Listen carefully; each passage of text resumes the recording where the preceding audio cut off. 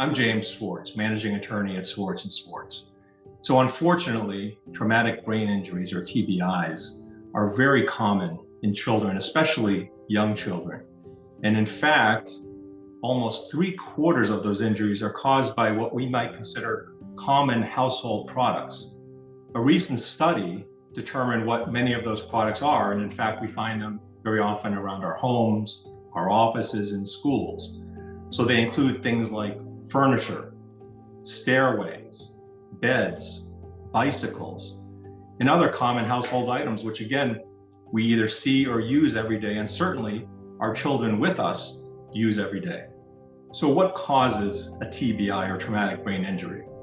Well, there can be a number of causes of these types of injuries, but oftentimes, especially with respect to children, they're caused by falls. So for example, a fall from playground equipment or a bicycle, or they could be caused by something striking the head.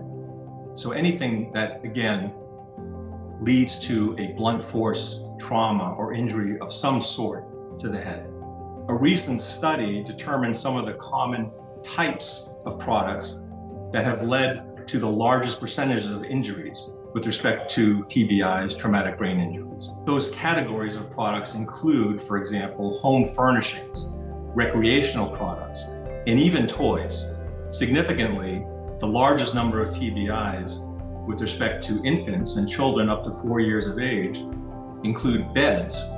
So injuries perhaps from falling off of beds, or defective beds with gaps where children can get their heads wedged, causing injury. Of particular interest is that car seats are among the leading causes of TBIs in infants and babies. But the reason is not what you might think. So it doesn't have to do with the fact that the baby is placed in the car seat in the car for travel.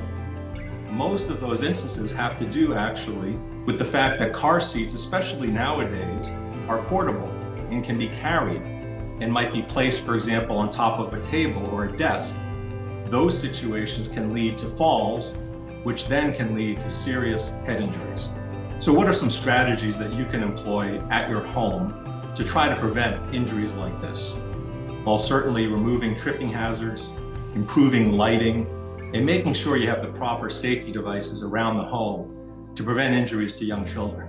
But of course, sometimes these injuries occur due to defective products or the negligence of others. So if your child has been injured by a defective product, contact Swartz & Swartz.